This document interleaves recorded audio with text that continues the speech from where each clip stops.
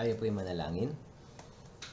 Ama naming banal na dakila at makapangyarihan sa lahat, salamat po Panginoon sa oras na ito na ipinagkaloob mo sa amin na kami po ay nagsama-sama upang mag-aral po ng iyong banal na salita. Salamat po sa dakilang kaligtasan na ibinigay mo sa amin, bagamat kami po ay karapat-dapat na itapon sa walang hanggang impyerno, ay nahabag ka po sa amin Panginoon, at pinatawad mo po kami sa lahat ng aming mga kasalanan sa pamamagitan ng iyong banal na dugo. Kaya nagpapasalamat po kami sa dakilang biyayang ito. Sa oras pong ito, ako po ay lubos na nagpapakumbaba sa iyong banal na harapan. Tulungan mo po kami, Panginoon, na maunawaan ang iyong salita. Hiniling po namin na ihayag mo po ang mga bagay na kinakailangan naming malaman upang makalakad po kami ng naaayon sa iyong kalooban. At kung meron po mga mali sa aming buhay, nawa ituwid mo po ito sa pamamagitan ng iyong banal na salita. Alam namin na wala po kami magagawa sa pamamagitan ng aming sarili, kaya hinihiling po namin, Panginoon, ang tulong ng Holy Spirit na ikaw lamang po ang gumabay sa amin. Ipinagkakatiwala po namin sa iyong lahat mula sa simula hanggang sa matapos. Ito po ang aming dalangin sa pangalan ni Jesus. Amen. Okay, may pagpalang araw po sa bawat isa. So, pag-aaralan natin ngayon yung Daniel purposes in his heart. So, tungkol po ito kay Daniel. So, alam natin sa kwentong ito, sa Daniel chapter 1, buksan natin. Daniel chapter 1. Babasahin ko po verse 1 hanggang verse 4. Nang ikatlong taon ng paghahari ni Joachim na hari ng Juda, dumating sa Jerusalem si Nebuchadnezzar na hari ng Babylonia at kinubkob iyon.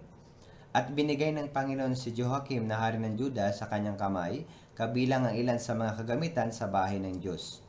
Ang mga ito ay dinala niya sa lupain ng Shinar sa bahay ng kanyang Diyos, at inilagay niya ang mga kagamitan sa kabangyaman ng kanyang Diyos. At inutusan ng hari si Espenas na pinuno ng kanyang mga eunuko na dalhin ang ilan sa mga Israelita mula sa lahi ng hari at sa mga maharlika. Mga kabataang walang kapintasan, makikisig at bihasa sa lahat ng sangay ng karunungan, may taglay na kaalaman at pangunawa, at may kakayahang maglingkod sa palasyo ng hari. Ituturo sa kanila ang mga panitikan at wika ng mga Kaldeo. So may kita natin dito na sinabi diyan na sa verse 1, dumating sa Jerusalem si Nebuchadnezzar na hari ng Babylonia at kinubkob iyon. So kinubkob po yung Babylon, yung Israel, yung Juda ng Babylonia. So nangyari po ito yung unang pagkukubkob noong BC 606. Si Daniel po ay kasama dito sa bihag. So ginawa silang bihag. Yung mga Israelita na mula sa lahi ng hari at sa mga maharlika ay kinuha. Yan po mga kabataang walang kapintasan, makikisig at biyasa. So para mapalawak yung kaharian ni Nebuchadnezzar, yung kanyang sakop, so gagamit siya ng mga kabataang mga makikisig, matatalino, para ma-expand yung kanyang kaharian. So ito ay nangyari sa mga Israelita dahil sa kanilang mga kasalanan. So nawasak yung mga Israelita. Sa Bible, kumbaga gumamit ang Diyos ng mga prophet para bigyan sila ng babala. Pero kadalasan kahit na may babala, nakakalimutan nila ito. And then hindi sila sumusunod sa salita ng Diyos. Bago pa ito mangyari ay ginamit ng Diyos yung prophet gaya ni Jeremiah, ni Isaiah. So tingnan mo na natin Jeremiah chapter 25 verse 4 hanggang 7. Jeremiah chapter 25, babasahin ko lang verse 4 hanggang 7. Hindi kayo nakinig, ni ikiniling man ang iyong mga tainga upang makinig. Bagamat patuloy na sinugo ng Panginoon sa inyo ang lahat niya mga lingkod na propeta na nagsasabi, bawat isa sa inyo ay tumalikod mula sa kanyang masamang lakad at masasamang mga gawa, at kayo'y mananatili sa lupain na ibinigay ng Panginoon sa inyo at sa inyong mga ninuno mula ng una at hanggang sa magpakailanman. Huwag kayong sumunod sa ibang mga Diyos upang paglingkuran at sambahin sila o galitin ako sa pamamagitan ng gawa ng inyong mga kamay, kung gayo hindi ko kayo gagawa ng masama. So sa verse 7, gamay hindi kayo nakinig sa akin, sabi ng Panginoon. Kaya't ginalit ninyo ako sa pamamagitan ng gawa ng inyong mga kamay tungo sa inyong sariling kapahamakan. Verse 7, kaya't ganito ang sabi ng Panginoon, verse 8, kaya't ganito ang sabi ng Panginoon ng mga hukbo, sapagkat hindi ninyo pinakinggan ang aking mga salita. So sabi sa verse 10, tatawagin ko ang lahat ng mga lipi sa hilaga, at si Nebuchadnezzar ng hari ng Babylonia, ang aking lingkod. Dadalhin ko sila laban sa lupain ito at sa mga mamamayan nito. So makikita natin yung sinabi na yung mangyayari sa kanila. Pero dahil sa kanilang katigasan ng ulo, pinarusahan sila ng Diyos. Sa verse 9, sabi niya, tatawagin ko ang lahat ng mga lipi sa hilaga at si Nebuchadnezzar na hali ng Babylonia. So sabi, dadalhin ko sila laban sa lupaing ito at sa mga mamamayan nito at laban sa lahat ng mga bansang ito sa palibot. Ganap ko silang lilipulin at gagawin ko silang kasuklam-suklam, pagsisisitan at isang walang hanggang kakutyan, sabi ng Panginoon. So ginamit ng Diyos yung Babylonia, para parusahan sila. Nagpadala ang Diyos ng mga prophet para magbigay ng babala. Ganon din sa ating buhay Kristiyano. So, Diyos, alam naman natin, Diyos, si God, nagbigay sa atin ng warning sa Bible. So, kung ikaw ay magpapasaway sa iyong buhay Kristiyano, didisiplinahin ka ng Panginoong Diyos. So, hindi ka makakapamuhay ng maayos na buhay Kristiyano. So, yung Juda ay nawasak dahil sa kanilang kasalanan. So, pag may kasalanan, nandiyan talaga yung pagkawasak. Kaya isa sa gusto natin na ayokong mawasak, ayokong madisiplina ng Diyos, isa lang kailangan natin gawin. So, buhay na namumuhay ayon sa kalooban ng ating Panginoong Diyos. Kagaya kay Jeremiah, si Jeremiah ay prophet of tears. So, pinarapisi niya yung mangyayari sa Juda na wawasakin ng Babylonia. So, kaya nga dito sa Daniel chapter 1, verse 1, balikan natin. Ito na yung nangyari sa Daniel chapter 1, verse 1 hanggang 3. So, sinakop sila. Sabi sa verse 1, sa huling bahagi, dumating sa Jerusalem si Nebuchadnezzar na hari ng Babylonia at kinubkob iyon. Sabi naman sa verse 3, at inutusan ng hari si Espanas na pinuno ng kanyang mga eunuko na dalhin ang ilan sa mga Israelita mula sa lahi ng hari at sa mga maharlika. So inutusan ng hari si Aspenas ng pinuno ng kanyang mga eunuko na dalhin ang ilan sa mga Israelita mula sa lahi ng hari at sa mga maharlika, mga kabataang walang kapintasan, makikisig at bihasa sa lahat ng sangay ng karunungan. So, yung mga maharlika, dinala, binihag. So, may kita natin dito na siguro sa isip ng Hudyo, bakit kaya nangyari ito sa amin? Nagdududa sila. Kung ang Diyos ay buhay, bakit kaya ganito ang nangyari sa amin? Pagkawasak. So, maaari hindi nila alam. So, bakit nangyari ito? Pero ito pa ay bilang parusa sa kanilang mga mali na nagawa. Resulta lang ito. Kaya sila Daniel, parang sila yung sumalo ng parusa. Kaya Daniel, may mga pinagdaan ng hirap. Matitingnan natin yung hirap na pinagdaanan niya na maaaring pinagdadaanan din natin sa ating buhay Kristiyano o hindi man maaaring sa future pagdaanan natin sa ating buhay Kristiyano na kung saan ay malalaman natin kung paano dapat tayo mamuhay habang nandito tayo sa mundong ito. So, Daniel trials or challenges in his life as a young man. Kasi 16 years old pa lang siya dito. So, kabataan. So, Daniel chapter 1 verse 3, mula Jerusalem, mula sa Judah o Jerusalem, dinala sila sa Babylon. So, iba na yung bahay nila. Iba na yung tirahan nila. New home, sabi nga, new home. So, Daniel chapter 1 verse 3. At inutusan ng hari si Aspenas na pinuno ng kanyang mga eunuko na dalhin ang ilan sa mga Israelita mula sa lahi ng hari at sa mga maharlika. So, kinuha po sila. Napakahirap ng kalagayang ito. So, malayo ka na sa lugar ng sambahan nyo. Malayo ka na sa mga kasamahan mong tao na naglilingkod sa Diyos. So, yung Babylonia ay lugar kung saan punong-puno ng kasalanan. Yung mga tao dito ay sumasamba sa Diyos. Malayo na siya sa lugar na sinasambahan niya. So, si Daniel. So, mahirap to. So, ganoon din sa atin. So, yung tunay na born again, yung tunay na Kristiyano, kapag tayo po ay nalayo sa church, mahirap din ito. Bakit? May tendency na makontaminate tayo sa kultura ng mundong ito. May mga Kristiyanong bumabagsak sa kanilang buhay Kristiyano dahil pag nalayo, mas pinipili nila sumabay dun sa mga makontaminate sila ng mga bagay ng mundo. So, si Nebuchadnezzar, dinala sila sa Babylon para mamuhay silang gaya ng Babylonia. Ganon din si Satan. Si Satan, so gusto niya malayo ka sa church para mamuhay ka gaya ng mga tao ng sanlibutan. Kasi hindi niya naman kayang agawin yung ating kaligtasan. Pero gusto ni Satan na gawin tayong walang silbi sa Diyos. Kaya dapat unawain natin na yung mundong ito, hindi ito ang ating tunay na tahanan. Lagi tayong parang captive ni Satan. Pero dahil sa dugo ng ating Panginoong Jesus, lagi tayong kanyang mga anak. Lagi tayong mamamayan ng langit. Kaya, pansamantala lang yung buhay natin sa mundong ito. So, wag natin kakalimutan na yung pagkamamay natin ay nasa langit. So, hindi dapat tayo mamuhay gaya ng mga anak na pupunta sa, gaya ng mga anak ng demonyo.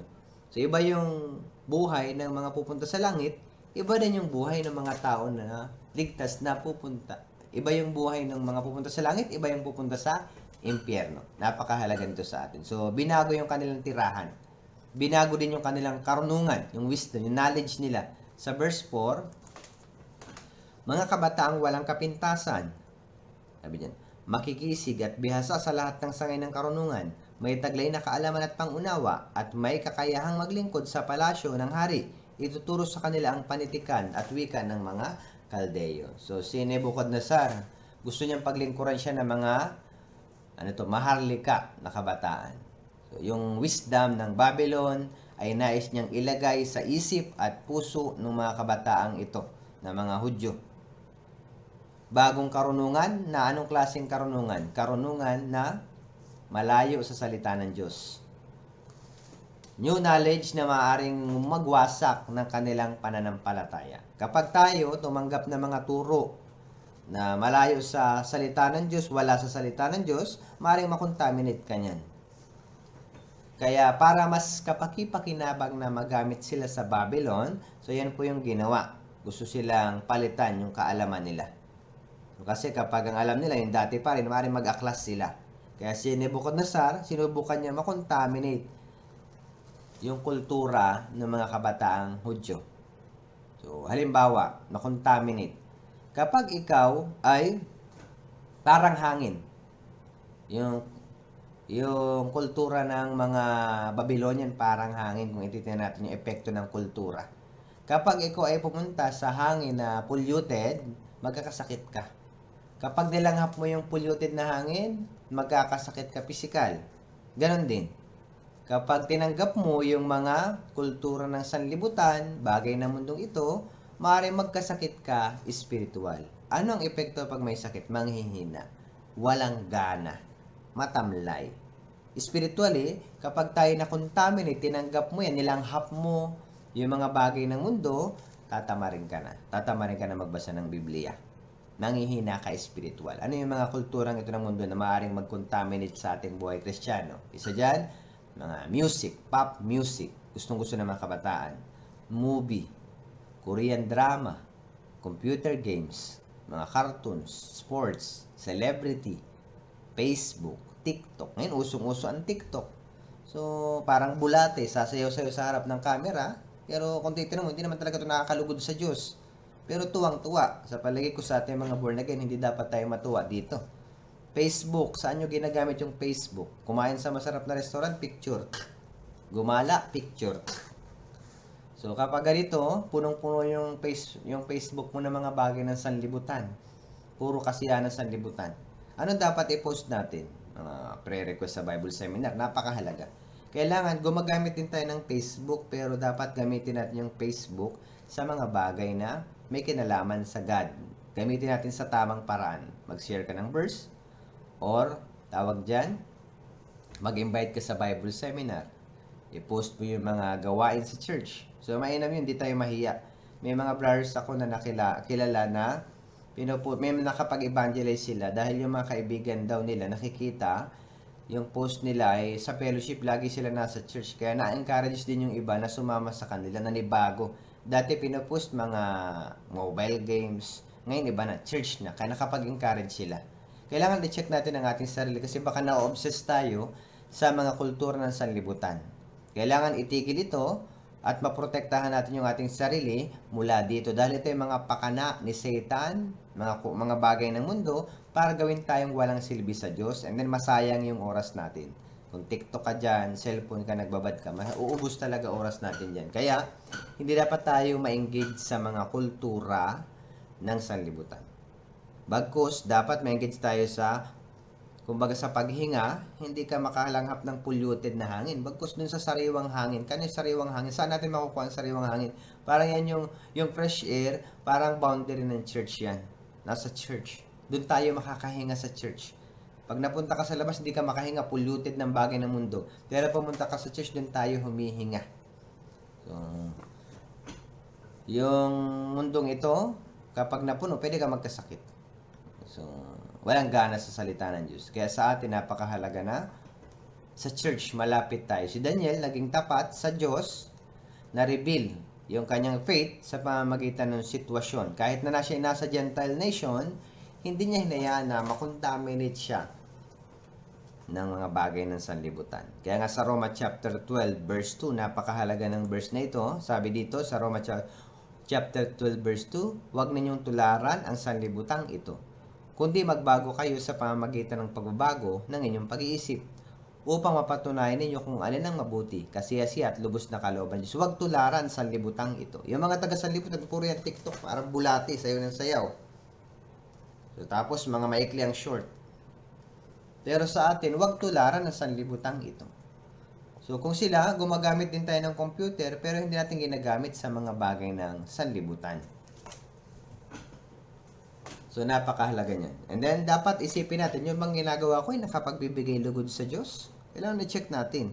Hindi lang yung sa sarili natin nakapagbibigay lugod, kundi sa Diyos, hindi sa tao. Maaaring pag ikaw gumawa ng TikTok, gusto-gusto ng tao, ilalike yan, okay. Pero sa Diyos ba okay to? Sa unang Korinto, chapter 10, verse 31, so sabi dito, napakahalaga din, kaya kung kayo man ay kumakain, umiinom o ano man ang inyong ginagawa, gawin ninyo ang lahat sa ikaluluwalhati ng Diyos. Yung Kristiyano ay dapat iniisip, tayo po ay anak ng Diyos. Kaya dapat mabigyan natin lugod ang Diyos. Sa halip na maimpluwensyahan tayo ng kultura ng sanlibutan, kailangan ilapit natin ang ating sarili sa church. So, hindi dapat movie, cellphone, mobile games, o kaya celebrity, yung magdala sa atin. Bagos, maging tayong karapat-dapat o maging tayong Kristiyanong may silbi. Gamitin yung Facebook sa mga bagay na makapagbibigay luwalhati sa Diyos. Mag-invite. Ipangaral yung Ebanghelyo, mga Bible seminar. Mag-invite ng tao. So, hindi para sa sanlibutan tayo nabubuhay, kundi para sa kalooban ng ating Panginoong Diyos. And then sunod, new diet. So, binago yung kanilang tahanan, binago yung kanilang knowledge, pati yung pagkain nila. Iba yung pinapakain sa kanila. Sa Daniel, chapter 1, verse 5, isa din to sa pinagdaanan ni Daniel na hirap. Sabi sa verse 5, nang oras ding iyon, Daniel chapter 1, verse 5. Ang hari ay nagtakda sa kanila sa araw-araw ng bahagi mula sa pagkain na kinakain at alak na iniinom ng hari. Sila ay tuturuan sa loob ng 3 taon upang sa katapusan ng panahong iyon ay mailagay sila sa bulwagan ng hari. So may kita dyan na mayroong pagkain na nagtakda sa kanila araw-araw ng bahagi mula sa pagkain na kinakain at alak na iniinom ng hari. Yung sineserve, galing yun sa hari. May tinakda, may iniutos ang hari na yung dapat kainin nila, yung pagkain isineserve lang na iyon. So, isa ito sa pribilehiyo na ibinigay sa mga maharlika na bihag, sa mga makikisig na kabataang ito, yung privilege ng pag-aaral, libreng pag-aaral, libreng pagkain, masasarap na pagkain, na hindi nila natitikman dati, ngayon maaari na nilang makain.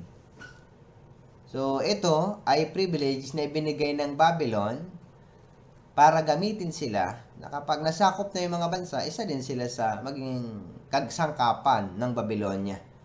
Pero ang problema kapag kinain nila itong mga pagkain sineserve na to ay parang binitawan nila yung hiwalay na buhay sa kasalanan.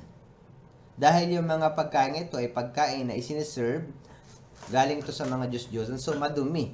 Kapag kinain ito ni Daniel, kahit gustong-gusto niya itong kainin, masarap, hindi niya dapat to kainin. Kasi kapag kinain niya, maaari siyang mahulog sa kasalanan sa harapan ng Diyos. Kasi may bawal na ipinapakain ng Diyos. Pagkain na sinabi ng Diyos sa Leviticus chapter 11. So, ganun din ngayon. Maraming privilege ang mundong ito na ibinibigay o tinutokso tayo para mawasak ang ating pananampalataya. Sa katunayan, kahit po yung mga churches o relihiyon, sa panahon natin, nagbibigay sila ng mga ganitong mga pribilehiyo. Ang pamain nila, sa halip na akayin yung tao sa spiritual na bagay, iba na. So, wala na silang maituro siguro na words of God, iba na eh. So, sa halip na salvation yung ituro, success sa buhay na ito, pansamantalang buhay sa mundong ito. So, may mga churches na hindi sila nagtuturo sa gospel, pero nakapokus sila sa mga physical na pribilehiyo na mabuti sa ating laman, gaya ng dental mission, medical mission, libreng edukasyon, food feeding, scholarship. So, ipinapangako nila na magkakaroon ka ng maayos na buhay kapag sumama ka sa kanila. Ikaw naman, naghihirap sa isip mo, ano kaya? Sama na lang kaya ako dito? May mga nagsasabing Kristiyano, pero nung naalok sila nito, wala sa church, wala namang pakain. Sa church, wala namang libreng paaral. Doon na lang ako sa kabila kasi may paaral doon. So kapag ganito, problema ito sa atin. So okay lang pala tayo. So kapag may mga benepisyong ganito, hindi dapat natin ipagpalit yung ating pananampalataya dun sa mga bagay ng benepisyo sa mundong ito. So hindi tayo nakapokus sa mga mission gaya ng dental mission, medical mission. Hindi naman ibig sabihin hindi natin ginagawa. Tumutulong din tayo sa kapwa, pero hindi ito yung pinaka-focus talaga natin. Bagkus mas concerned tayo sa kaluluwa ng tao. May brother na na-save sa church, nakasama ko siya. Dati siya nag-a-attend sa ibang church. Pero naunawaan niya na yung kaligtasan. Inalok siya nung dati nilang pastor. O bumalik ka na dito. Tsaka nung kapatid niya kasi nag-a-attend din sa church na yun, niyayaya siya. Kasi ang alok sa kanya, yung anak niya daw, pag-aaralin. So, susuportahan. Wala naman doon sa church sa ating ganun. Pero nagulat ako sa sagot ng brother. Pastor, kahit alokin nila ko, hindi na ako pupunta doon. Nalaman ko na yung katotohanan. Pag-aralin ko na lang yung mga anak ko, magsakripisyo ako. Ayokong yung anak ko lumaki pero walang kinalaman sa Diyos. So, nagulat ako sa kanya na pinanghawakan niya talaga. Sabi niya mag-stay talaga siya. Hanggang ngayon nasa church pa rin siya. Napakahalaga nito na hindi dapat tayo madala ng mga kung ano-ano mga turo o mga pang-akit ni Satan para malayo tayo sa salita ng Diyos. Sa Ephesians chapter 4 verse 14, babasahin ko, tayo huwag na maging mga bata na tinatangay-tangay ng mga alon at dinadala-dala ng bawat hangin ng aral sa pamamagitan ng pandaraya ng mga tao, sa pamamagitan ng kanilang mga katusuhan sa paraang mapandaya. So napakahalaga na huwag daw tayo mga bata tinatangay-tangay ng mga alon, dinadala-dala ng bawat hangin ng aral. Yung bata, pag binigyan mo ng candy, sunod agad yan. So tayo kaya, alokin ka lang, libre paaral, doon ka na ba lilipat? So kung saan na talaga naintindihan mo na yung tunay na kaligtasan, kailangan panghawakan mo yun. Di ka dapat madala kung saan saan. Ngayon, dito ka. Pag may bigas doon sa kabila, doon ka naman. So hindi dapat po. Kung saan ka naligtas, manatili ka doon. Church, manatili sa church. Huwag manatili sa mga bagay ng sanglibutan. So, apat, pinalitan yung kanilang pangalan. So, yung kanilang pangalan ay related sa God. Pero, yung Babylonian names na ibinigay kay Daniel at sa kanyang mga kaibigan ay may kinalaman dun sa mga Diyos-Diyosan ng mga Babylonia. Gusto ng hari na ma-brainwash sila para sumamba na sila dun sa mga Diyos-Diyosan ng mga Babylonian. Nakalimutan nila yung tunay na Diyos. Pinalitan yung kanilang pangalan. Sa isip siguro ng Nabukadnesar, makakalimutan din nila ang Diyos kapag pinalitan nilang kang pangalan. Magiging kagaya na sila nila. Kaya, pero si Daniel, yung sitwasyon niya at yung kanyang kaibigan, mahirap. Biglang pinalitan yung pangalan mo, mahirap yun. Ano ang meaning ng kanilang dating pangalan at anong kahulugan ng bagong pangalan? Gaya kay Daniel, ang meaning ni Daniel ay God is my judge. Pero pinalitan ng Belteshazzar. Nang ibig sabihin ng Belteshazzar, Bel protect his life. Bel. Si Bel, isa yan sa Diyos-Diyosan ng Babylonia. And then, Hananiah, Jehovah is gracious. Anong pinalit? Shadrach. Anong ibig sabihin ng Shadrach? Isa din yan sa mga Diyos-Diyosan nila ng Babylonia. Mishael. Anong ibig sabihin ng Mishael? Who is like God. Pinalitan ng Meshach. Who is like ako. Imbis na Diyos, ako'y kagamok, kawangis ako ng Diyos, naging kawangis ka ni ako. Ako, isa yan sa mga Diyos-Diyosan din nila.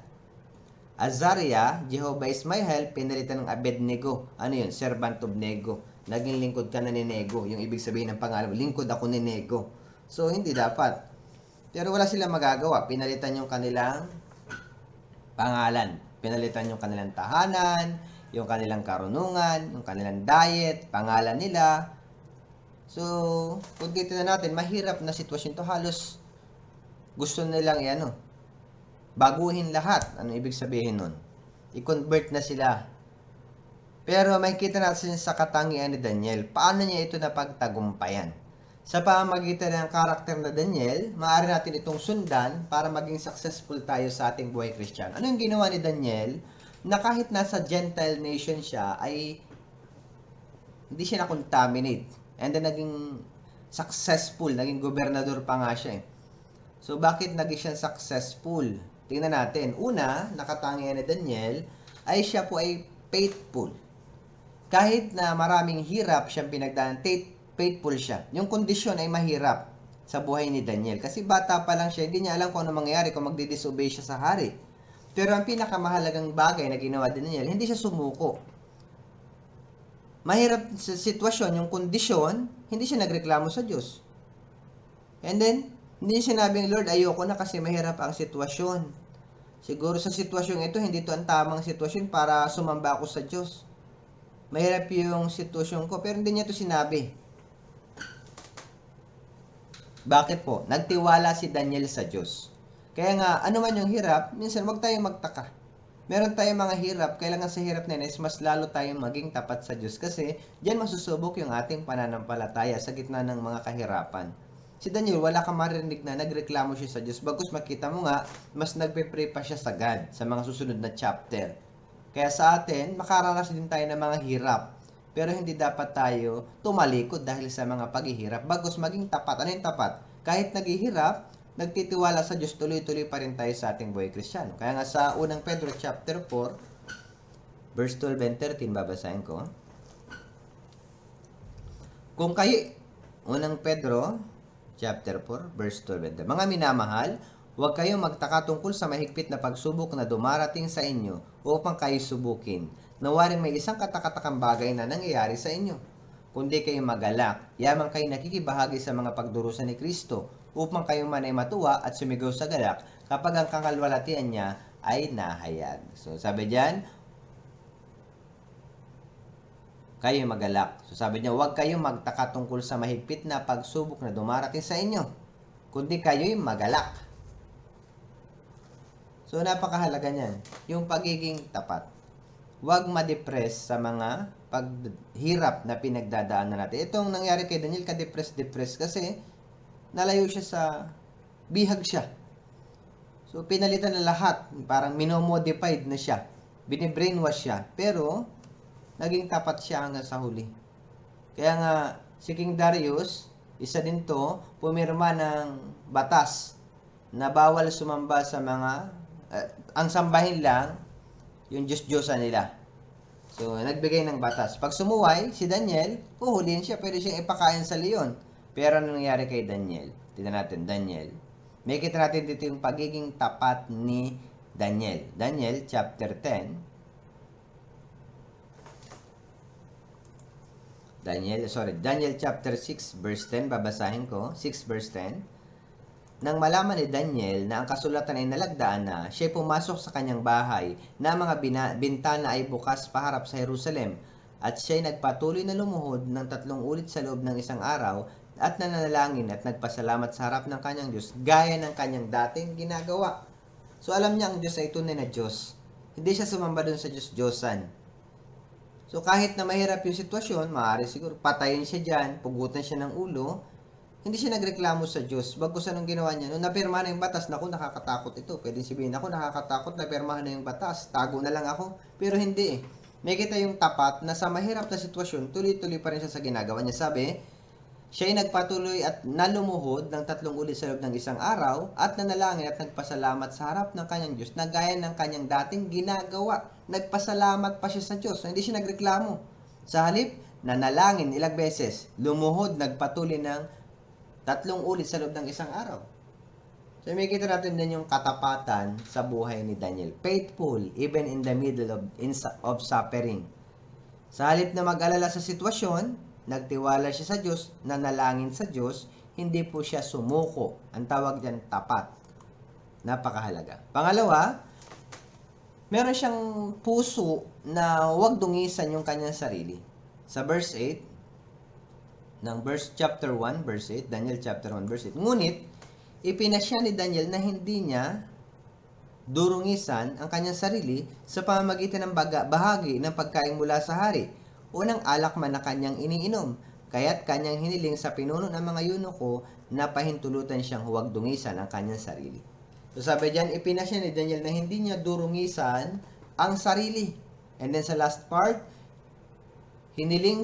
kanyang hiniling sa pinuno ng mga eunuko na pahintulutan siyang huwag dungisan ang kanyang sarili. So, tumanggi siyang kainin yung pagkain ng eunuko, mula sa eunuko. Dahil yung pagkain ito ay inihandog sa mga Diyos-Diyosan. Kasi nung unang panahon, so bago nila patayin yung hayop, dinadala nila sa templo, inahandog sa mga Diyos-Diyosan. Bago nila katayin, dinadala sa pamilihan. Kaya dahil dito, mahirap to para sa mga Hudyo gaya ni Daniel. Daniel, hindi, kaya lumapit siya dun sa eunuko. Sinabi niya dun sa eunuko, hinihiling sa pinuno ng mga eunuko na pahintulutan siyang huwag dungisan ang kanyang sarili. Pero sinabi, eunuko, pwede ba wag mo kong pakainin yan para mapanatili ko yung kabanalan ko? Kumbaga gumawa siya ng resolution sa kanyang puso na hindi siya magbabago. Eto na ako, malinis, gusto kong sumunod sa Diyos. Nasa sitwasyon siya na maaaring makagawa ng kasalanan. Pero gumawa siya ng matinding resolution sa kanyang puso na hindi na dudungisan ang kanyang sarili. Ayaw niya, ibig sabihin pinili niya na wag siyang makagawa ng kasalanan. Lahat ng ligtas ay dapat gawin yung halimbawang ito. Kasi maaari tayong maharap sa sitwasyon na yung mga tao sa paligid natin ay tinutokso tayong gumawa ng kasalanan. Tuksuhin tayo. Pero yung ating puso ay mahalaga. Gaano ka nagnanais sa iyong puso na sumunod sa Diyos? Gaano ka nagnanais na sumunod sa ating Panginoon? Si Daniel gumawa siya ng resolution na mamuhay ng banal na buhay. So napakahalaga, dapat din natin gumawa tayo ng matinding resolution na sumunod sa ating Panginoon. So, anong resolution pwede natin gawin? Pwede tayong gumawa ng resolution sa ating puso na mag-evangelist ng mas marami pang kaluluwa. So, kailangan ilagay natin sa ating puso. Ano pa? Malapit na yung summer retreat. Ano kaya? Gawa kong resolution. Talagang a-attend at a-attend ako. Maraming hadlang. Pero, gagawa ako ng paraan. Kailangan natin strong resolution na maka-attend ng summer retreat. Kailangan natin gumawa ng pagpapasya sa ating puso na makibahagi sa gawain dun sa summer retreat. So, mag-join sa fellowship. Makinig ng salita ng Diyos. A-attend na ako lagi sa church. Mag-i-evangelist pa ako ng mas marami pang kaluluwa. Kumbaga, kailangan labanan natin yung temptation. Kailangan na mas piliin natin, wag dungisan ng ating sarili. Bagkus mas piliin natin. Dalawa, pumipili kasi tayo, side ng God o side ng Satan. Minsan, anong pinipili natin? Kailangan yung resolution, yung puso natin, ay palaging dito sa side ng God. Ang Diyos ay banal. Kaya nga sabi sa Leviticus chapter 11 verse 44, di ba? So, kayo magpakabanal sapagkat ako'y banal. Kasi maraming temptation sa paligid natin. Pero dapat alalahanan natin na yung ating katawan ay templo ng Espiritu Santo. Maring isa ito sa nasa isip ni Daniel. Ligtas, anak ako ng Diyos. Tao ako ng Diyos. Hindi na dapat ako sumunod dito. Madudungisan ako. So sabi diba sa unang Korinto chapter 6 verse 19 and 20? O hindi ba ninyo nalalaman ang inyong katawan ay templo ng Espiritu Santo na nasa inyo? Diba? Tapos sabi doon, kayo binili sa isang halaga kaya't tuwalatin ninyo ng inyong katawan ang Diyos. So hindi dapat natin gamitin yung ating katawan bilang kasangkapan ng kasalanan. Sa Roma chapter 6 verse 13, babasahin ko po. At huwag din ninyong ihandog ang mga bahagi ng inyong katawan sa kasalanan bilang kasangkapan ng kasamaan tungo sa kasalanan. Kundi ihandog ninyo ang inyong sarili sa Diyos na tulad sa mga buhay mula sa mga patay at ang mga bahagi ng inyong katawan bilang kasangkapan ng pagiging matuwid tungo sa Diyos. So huwag daw pong ihandog ang mga bahagi ng inyong katawan sa kasalanan bilang kasangkapan. So si Daniel, hindi niya ginamit yung kanyang katawan bilang madungisan. Nabubuhay tayo sa makasalanang mundong ito, hindi dapat nating hayaan na makontaminate tayo ng kultura ng mundong ito. Napakahalaga. So si Daniel, ulitin ko, tapat siya sa gitna ng mga paghihirap. Pangalawa, meron siyang pasya siya sa kanyang puso na hindi na dudungisan ng kanyang sarili. Ibig sabihin, mamumuhay siya ng may kabanalan sa pagsunod sa Diyos. Pangatlo, may matapang siyang puso. Matapang siyang puso sa kanyang pananampalataya. Sa Daniel chapter 1 verse 10, babasahin ko. Sinabi ng pinuno ng mga eunuko kay Daniel, ako'y natatakot na baka makita ng aking Panginoong Hari na nagtakda ng iyong pagkain at inumin na kayo ay nasa mas mababang kalagayan kaysa mga kabataan na inyong kasing gulang. Kaya't ilalagay ninyo sa panganib ang aking ulo sa hari. So, hindi pumayag yung pinuno ng eunuko. So, sabi sa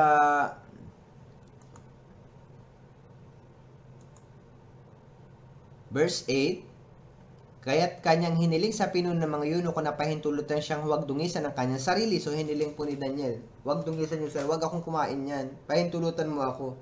Pero sa verse 10, sinabi ng pinuno ko kay Daniel, ako'y natatakot na baka makita ng aking Panginoong Hari na nagtakda ng inyong pagkain at inumin na kayo ay nasa masamang kalagayan. So, hindi pumayag yung eunuko. So, dahil hindi pumayag, tumatanggi, inisip niya, baka pagalitan ako ng hari, baka ako mapahamak dahil sa'yo. So, si Daniel po, dinecline siya eh. Hindi maganda yung sitwasyon. Tinanggihan siya. So, maaari si Daniel pwedeng ma-depress, panghinaan ng loob. Pero alam nyo, sa halip na manghina yung loob, hindi siya sumuko. Nagbigay siya ng wise na suggestion sa pinuno ng eunuko. Sinabi niya kung ano yung nasa kanyang puso, dahil gusto niyang sumunod sa Diyos, yung eunuchong ito, kahit takot, pero si Daniel, hindi siya takot. Tingnan natin, di ba? Sa verse 12. So, ito yung wise suggestion niya. Subukin mo po sana ang iyong mga lingkod sa loob ng 10 araw. Bigyan mo kami ng mga gulay na makakain at tubig na maiinom. Pagkatapos ay ihambing mo ang aming anyo sa anyo ng mga kabataang nagsisikain ng pagkain ng hari. At ayon sa iyong makikita na ay gawin mo sa iyong mga lingkod. So, iyan po yung suggestion. Subukin mo sana ang iyong lingkod sa loob ng 10 araw. Verse 13, pagkatapos ay ihambing mo ang aming anyo sa anyo ng mga kabataang nagsisikain. So, mahirap po yung sitwasyon ni Daniel. Mahirap baliwalain yung utos ng hari. Kung ikaw ay matatakutin. So, si Daniel po ay bihag. Wala siyang karapatang humingi. Pribilehiyo lang yun, pero hindi niya pwedeng abusuhin yun. Pwede siyang patayin dun, o patapon siya. Pero si Daniel, inilagay niya sa kanyang puso na hindi niya talaga durungisan yung kanyang sarili. Napakatapang niya. Yung mga tao na may tunay na pananampalataya, matapang sa pananampalataya. Bilang isang Kristiyano, hindi tayo nag-iisa. Tayo po ay napapalibutan ng mga tao sa mundong ito. Maraming tao sa mundong ito na pwedeng magbigay sa atin ng threat. Usigin tayo. Pero hindi mahalaga yung kalagayan natin. Hindi mahalaga yung kondisyon. Ang mahalaga, yung ating puso. Gaano ba tayo nagnanais? Huwag dungisan yung ating puso. Si Daniel po, siya po ay nagtiwala sa Diyos. So kaya nga nagawa niyang mag-request doon sa eunuko dahil alam niya kasama niya ang Diyos. Ayaw niya dungisan ng kanyang sarili. So sa Hebreo chapter 10 verse 39. Hebreo chapter 10 verse 39, babasahin ko. Ngunit tayo hindi kabilang sa mga umuurong kaya't sila napapahamak, kundi kabilang sa may pananampalataya kaya't naliligtas. Sabi, hindi tayo kabilang sa mga umuurong kaya't sila napapahamak. Si Daniel, pwede namang umurong na siya. Sabi niya, ayoko, sige na nga, baka nga naman, mapahama ka pa eunuko, wag na nga lang. Pero si Daniel po ay hindi ganun sinabi niya. Bagkus nagbigay siya ng wise suggestion. So, napakahalaga nito sa atin. So, Psalms 31 verse 24. 31 verse 24. Babasahin ko. Kayo'y magpakalakas at magpakatapang ang inyong puso, kayong lahat na umaasa sa Panginoon. Mahalaga itong magpakatapang. Yung mga nagtitiwala sa Diyos ay nagiging matapang sa kanilang pananampalataya. Gaya kay Joshua at Caleb. Diba? Si Joshua at si Caleb, sila ay nagtitiwala sa Diyos. Kung titignan natin sa Numbers chapter 14 verse 8, isa lang itong example gaya ni Daniel. Basahin ko lang. Numbers chapter 14 verse 8. Kung kalulugdan tayo ng Panginoon, ay dadalhin nga niya tayo sa lupaing iyon, at ibibigay niya sa atin isang lupain na dinadaluyan ng gatas at pulot. Huwag lamang kayo maging magsiklaban sa Panginoon, ni matakot sa mga tao sa lupaing iyon, sapagkat sila parang lamang tinapay sa atin. Ang kanyang kalinga ay inalis sa kanila. At ang Panginoon ay kasama natin, huwag kayong matakot sa kanila. So matapang po si Josue, tsaka si Caleb. Dahil kasama nila ang Diyos. Huwag lamang kayo maging magsiklaban sa Panginoon o matakot sa mga tao sa lupaing iyon. So si Daniel po, matapang siya sa kanyang pananampalataya. So kahit si Daniel, si David, isa din yan. Sa Awit chapter 23 verse 14 na natin.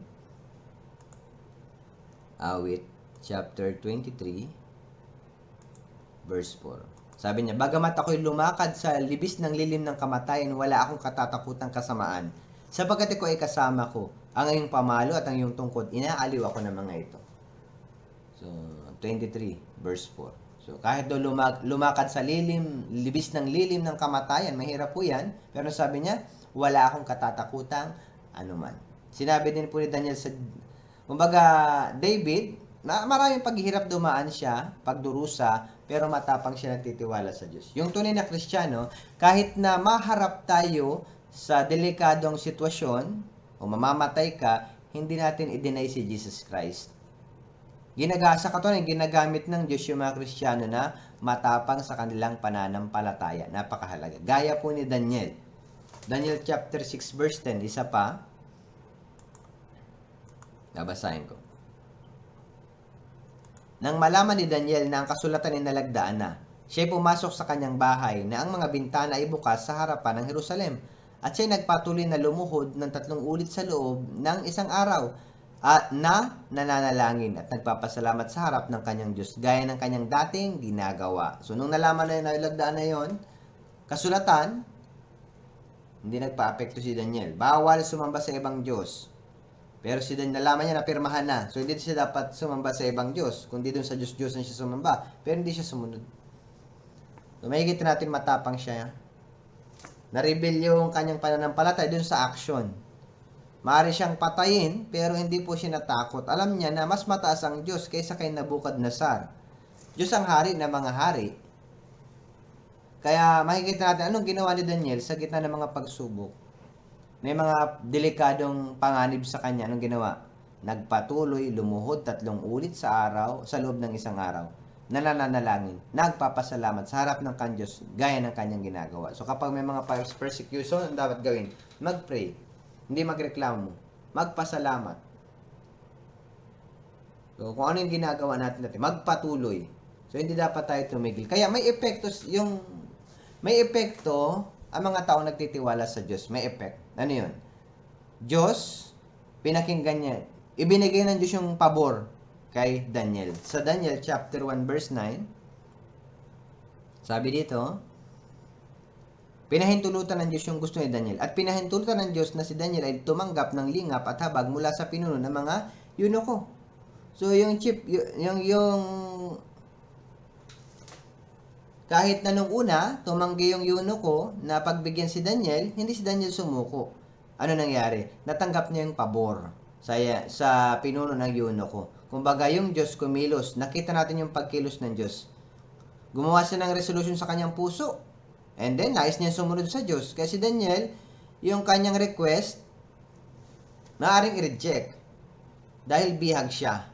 Pero dahil maayos yung relasyon niya sa Diyos, Diyos nag-ayos ng relasyon niya dun sa eunuko, di ba sa Kawikaan chapter 16,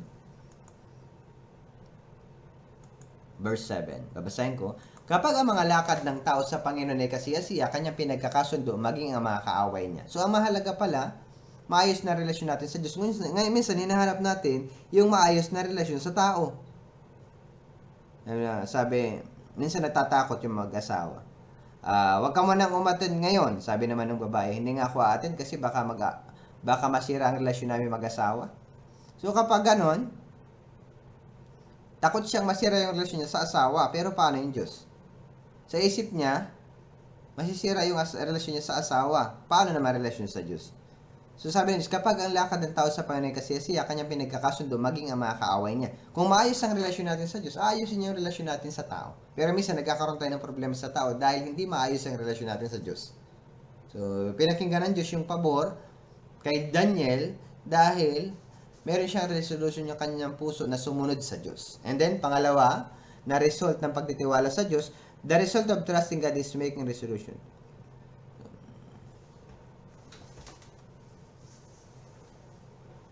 Sa Daniel chapter 1 verse 15, makikita natin yung epekto ng pagtitiwala sa Diyos. Daniel chapter 1 verse 15 and 16. Babasahin ko. Daniel chapter 1.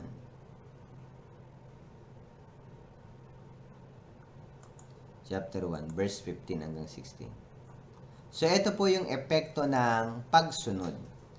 Kapag ikaw ay nagtiwala sa Diyos, sumunod ka sa Diyos, may balik sa iyo 'yon. Ito na yung blessing. Daniel chapter 1, 15-16. Sa katapusan ng 10 araw ay nakitang higit na mabuti ang kanilang anyo at higit na mataba kaysa lahat ng kabataang nagsisikay ng pagkain ng hari. Kaya't inalis ng katiwala ang kanilang bahaging pagkain at alak na mula sa hari at binigyan sila ng mga gulay. So nakikita natin dyan yung epekto ng resolution. Kung yung resolution natin ay mamuhay ng tapat sa Diyos, tutulungan po tayo ng Diyos. If may result yan, magiging successful. Pero kung wala tayong resolution, paano kikilos ang Panginoong Diyos sa atin? Kung wala tayong sa puso natin, pagnanais talaga na gumawa para sa Diyos. Kaya nga, binless ng Diyos si Daniel at yung kanyang mga kaibigan. Tingnan natin sa verse 17. Tungkol sa apat na mga binatang ito, pinagkalooban sila ng Diyos ng kaalaman at katalinuhan sa lahat ng turo at karunungan. Si Daniel ay mayroong pagkaunawa sa lahat ng pangitain ng mga panaginip. Sabi diyan, pinagkalooban sila ng Diyos ng kaalaman at katalinuhan sa lahat ng turo at karunungan. Diyos yung nagbigay po sila ng karunungan. Paano? Pagkatapos na maranasan sila ng hirap, pag-uusig, hindi sila sumuko, hindi sila sumamba sa mga Diyos-Diyosan. Kahit na nasa mahirap na sitwasyon, iningatan nila yung kanilang pananampalataya, kaya binila sila ng Diyos. Sa verse 20, at bawat bagay tungkol sa karunungan at pangunawa na inusisa ng hari sa kanila, kanya natuklasan na sila'y 10 ulit na mas mahusay kaysa lahat ng salamangkero at sa mga engkantador na nasa kanyang buong kaharian. Nung chinek po si Daniel at yung kanyang mga kaibigan, 10 beses, sabi, 10 ulit na mas mahusay kaysa lahat ng salamangkero at mga engkantador. So, ma-receive nyo, magaling talaga si Daniel. Hindi po. Ito ay dahil naging tapat sila sa Panginoong Diyos, nagtiis sila, gumawa ng resolution sa kanyang puso na susunod talaga sa Diyos. Hindi ito dahil sa abilidad nila, kundi binless sila ni God. Si Daniel may pusong gustong sumunod sa Diyos. Hindi special si Daniel na tao, parehas din siya gaya natin. Pero ang pagkakaiba ay yung puso ni Daniel. Sa church, iba-iba yung tao. Pero bakit nagagawa ng iba yung mga bagay na parang imposible sa iba? Dahil sa puso. Minsan nagkakaiba-iba sa puso. Umuulan. Ano mangyayari? Umuulan. Linggo, ulan. Aatin ako sa church o hindi? Yung iba yung puso. Ako umuulan, mas malakas ang ulan, wag na muna. Saka na lang. Yung iba, wala yung ulan na yan, kasama ko ang Diyos. Okay lang yan, kahit umulan, gagawa akong paraan para maka-attend. So yung mga taong ito, nagagawa yung gawain ng Diyos dahil sa puso. So si Daniel ay gumawa ng pagpapasya sa kanyang puso, kaya binless siya ni God.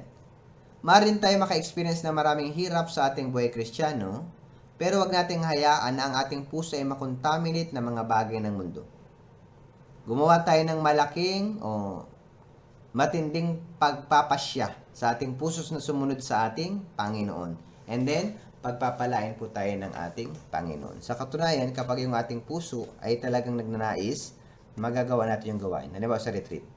Gaano ka nagnanais sumama sa summer retreat? So, kung wala talaga, yung ating puso ay wala talagang resolution, hindi natin magagawa. Gaano ka nagnanais mag-evangelize? Marami tayong dahilan. Kapag wala talaga tayong puso mag-evangelize, puro dahilan yung nakikita natin. Pero, kung yung puso natin ay mag-evangelist talaga, doon tayo nakapokus, hindi dahilan, kundi gagawa tayo ng paraan sa mahirap na sitwasyon. So si Daniel ay nasa mahirap na sitwasyon, pero magandang halimbawa kung paano mamuhay sa ating buhay Kristiyano. So binago man ng hari ng Babylonia yung kanyang tahanan, binigyan ng bagong karunungan, diet, and then yung kanyang pangalan pinalitan, pero yung puso niya hindi nagbago. So sa katunayan, kahit saan ilagay ang born again, hindi dapat tayo magbago. Kahit ihalo ka pa sa grupo ng mga unbelievers, hindi dapat mabago yung ating puso.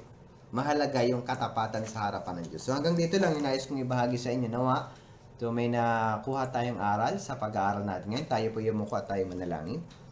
Ama naming banal na dakila at makapangyarihan sa lahat. Salamat po sa oras na ito na ipinagkaloob mo sa amin na napakinggan po namin ang iyong banal na salita. Nawahipuin mo po ang aming puso na makapamuhay po kami o magkaroon ng resolution sa aming puso na sumunod sa iyo at maglingkod sa iyo. Bagamat marami mga temptation sa sanlibutan ito, nawa ilayo mo po kami at mas malapit po kami sa iyong banal na salita. Wala po kami magagawa kung wala po yung tulong at gabay. Tulungan mo po kami, lalo na po ang mga kabataan na tinuturuan sa church school na sa murang edad, gaya ni Daniel, isang kabataan, ay namuhay ng maayos na buhay Kristiyano. Nawa Lord ay wag po kami madala ng mga bagay ng sanlibutan ito. Protektahan mo po kami, Panginoon, sa pamamagitan ng iyong banal na salita at tulong ng Holy Spirit. Ito pong aming dalangin sa pangalan ni Jesus. Amen. So, maraming salamat po.